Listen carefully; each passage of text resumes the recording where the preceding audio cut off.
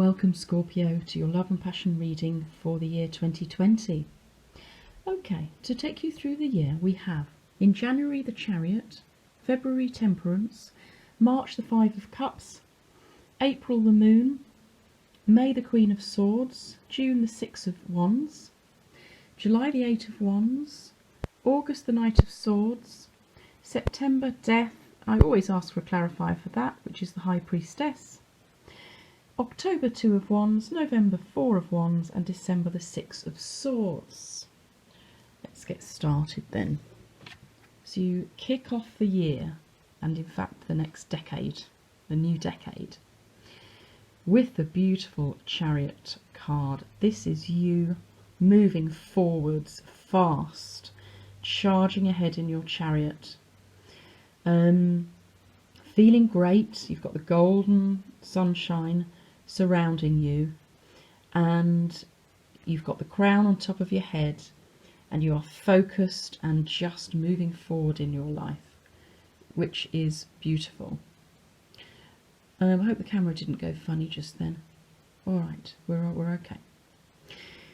Now with the Chariot, there is just a note to say, make sure your course is down through the middle and not veering off one side or the other too far.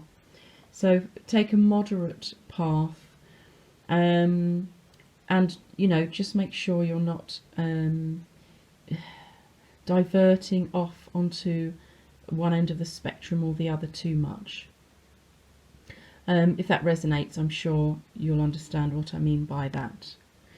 So, great start to the decade, and in fact, looking at this card next to it, the Eight of Wands, this is a green light to go, charging forward energy as well. So this year is going to be fast moving for you, I think, Scorpio. February, we have Temperance, which is another major arcana card. So is the Chariot. This is your second already, and it's only February. And this is you being guided and orchestrated by your angels, by the divine source, spirit, the universe, God, whatever your terminology is that you use. You're being supported. I think you had a pretty momentous year last year. This upward red triangle for me is a little bit indicative of soulmates and twin flames. So perhaps you chose your lover last year, and now you're really moving forwards with them in January, and now you're blending all the elements of your and their life together in order to make your way through this path. And remember, with the Chariot, you're not going off that way or that way. You're going straight down the middle towards this beautiful horizon with the sun and the crown on it. So this is what you have coming for the future. You just need to make sure you are, blending, bringing everything into your life and smoothing things so that everything just melds into each other and there's no spiky bits and pieces in your life. March, you may just have a couple of moments. When big things happen in our lives, we can just sometimes drop into old patterns of behaviour that no longer serve us, that were there from usually our childhood and are, keeping us small. They're obsolete. You can clear them out of your energy field. But this month, just if you drop into this energy of a bit of despair or sadness because you're looking at these three cups in front of you and they've spilt over and are now empty, and you're forgetting that you've got two full cups behind you. So this is the world of your emotions. So you've got some good things to be happy about, but you're not focusing on them. You're just focusing on the things that you're sad about in your emotional world. So, get yourself out of this energy. Work out what it is you're sad about. Have a little think about why. Do you really need to be worried about these things? Clear them out of your energy field. I use a technique called emotional freedom technique, but there are loads of different techniques out there. Have a look online and see what suits you, and just use that. But it's a minor arcana card, it's not a major card, so I don't think it's going to be anything too significant. And then coming into April, if I can actually pick this card up, here we go. Coming into April, you may still need a little bit of trust, intuition, use your gut, listen to your inner wisdom and guidance, or your spirit guidance and angels, because the moon is about things going on under the surface that you don't know about because you're human and you cannot see them at the moment, but things are happening behind the scenes that you will pick up on eventually when the time is right. So, you know, maybe this is what you're worrying about here, stuff you actually don't know about. It's just stuff maybe in your thought processes, things that might go wrong, that actually have no basis in any reality. It's deception of your mind against yourself. So just remember and concentrate on these two full cups. In this deck, the Tarot of Sexual Magic, the moon is all about fancy, and it says the spell of love. And it says, a slow but effective magic action based on the sound and evocation of happy images. It defeats deception and illusions, interesting, restoring serenity at home and increasing fecundity. So, defeat your deceptive thoughts, Scorpio. Defeat your deceptive thoughts. They are tricking you. Alright, get a hold, get a grip of this, because what this moon is saying is think about happy images, think about happy sounds, whether that's music or the sound of your lover or the sound of laughter or whatever it is, and it will restore your peaceful nature, or restore the peace inside you, and, you know, restore fairness and equilibrium and balance and love. And interestingly, there are 2 sixes in this spread. Sixes are all about harmony within flux. So the flux is the deceptive illusions, thoughts, processes going on in your mind that you can get rid of to find balance and equilibrium and peace, and, you know, appreciation of your life and the things that you have around you.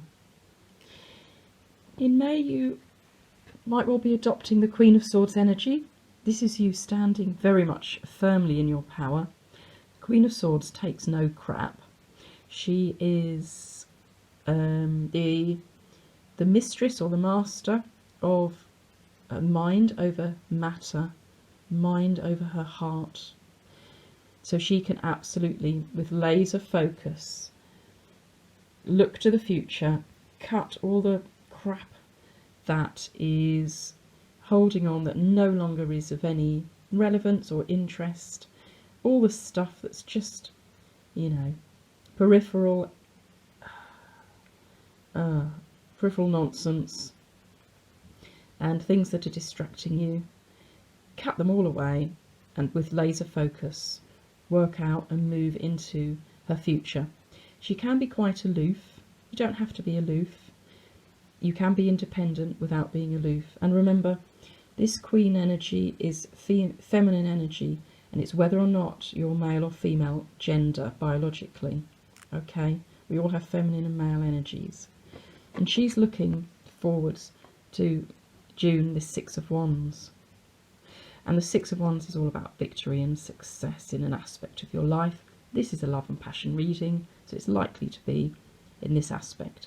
And the Wands are all about you moving forward on this beautiful white horse, crowned and with the wreath of victory, moving forward in your world of passion and love, finding the peace in your life and restoring balance.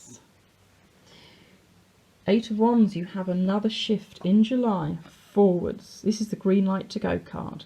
So you're moving forwards again fast. And I think this is just kick-starting the second half of the year, like the Chariot kick-started the first half of the year. And, you know, you've got a lot of forward moving energy going on here. So the Queen of Swords is looking forward. The Six of Wands is looking forward. The Eight of Wands is pushing you forward. So this is a wonderful energy, and it will shove you into August.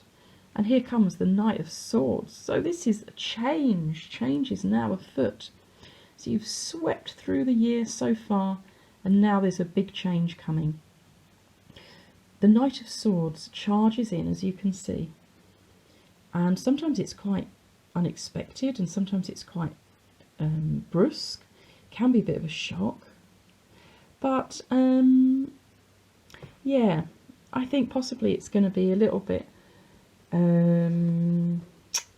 of a big energy, because next door to it is death. Okay, but let's take that out of the way for a moment.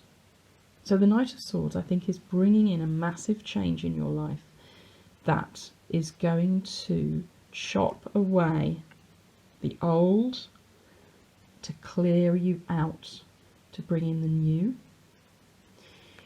And that moves you exactly to this card, Death, in September, which is all about clearing out the old, all the stuff that no longer serves you anymore, Scorpio.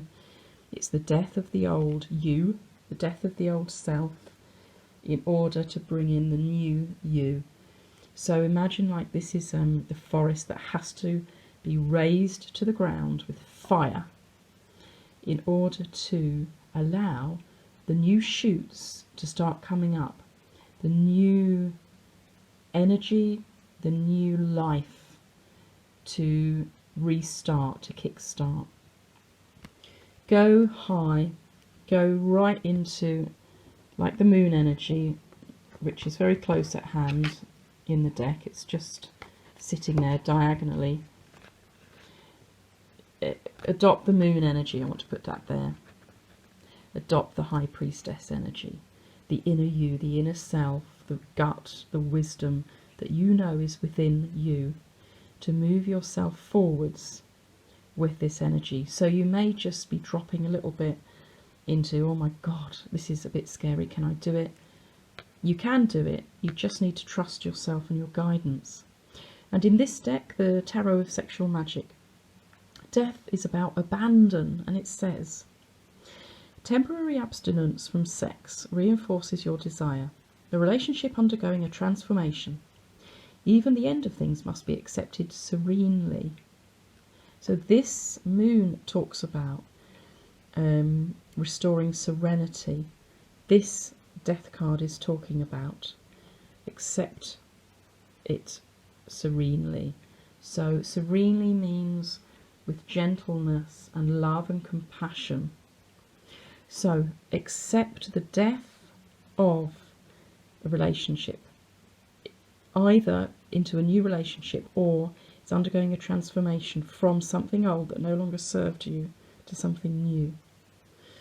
And it may mean that temporarily you are unavailable to your partner, or your partner's unavailable to you in the bedroom. I don't know if that means they perhaps have gone away, or just you two are going through a change where you're not seeing each other, and so physically you are apart. And then coming into October, it's all looking now upwards from here, so you can breathe a sigh of relief, Scorpio. Here you are, the Two of Wands in October. You have the world in your hands and you're looking out to the horizon. So you're in a little bit of a period of limbo, and this may be to do with the death card and this temporary abstinence from sex, temporarily away from your partner. You're looking out onto the horizon, you're just waiting, but you do have the world in your hands, so it is all ready for you. Your new world is growing and bubbling up from the old, Scorpio. trust it, trust it, trust it. And then by November, hooray, things are looking loads better. The Four of Wands is a beautiful card. This is my marriage card, actually. So if it isn't a marriage, it's a reunion, a resettling in, you know, resurgence of joy and happiness and love and sex. And you two are just absolutely feeling joyful. You're holding flowers, you've got a garland of flowers here. Life is just beautiful. And it continues to be so into December with the Six of Swords, which traditionally is all about you're coming out of the stormy waters now into calm waters. And remember what we were saying about these two sixes. You're coming into a time of peace, harmony, after all this, particularly here, this big sort of flux, shock, change, transformation. And now it's all calming down again. And it feels lovely, and you're back in equilibrium. And in this deck, the Six of Swords means, and it's all about rolling about. And it says, searching for new horizons involves a couple as it involves a single person. Outside of your daily routine lies the rest of the world. So interestingly, here you are looking out to the world, waiting for the world to come to you. And here you're forgetting all about the world because your partner's back and you are just in the throes of passion.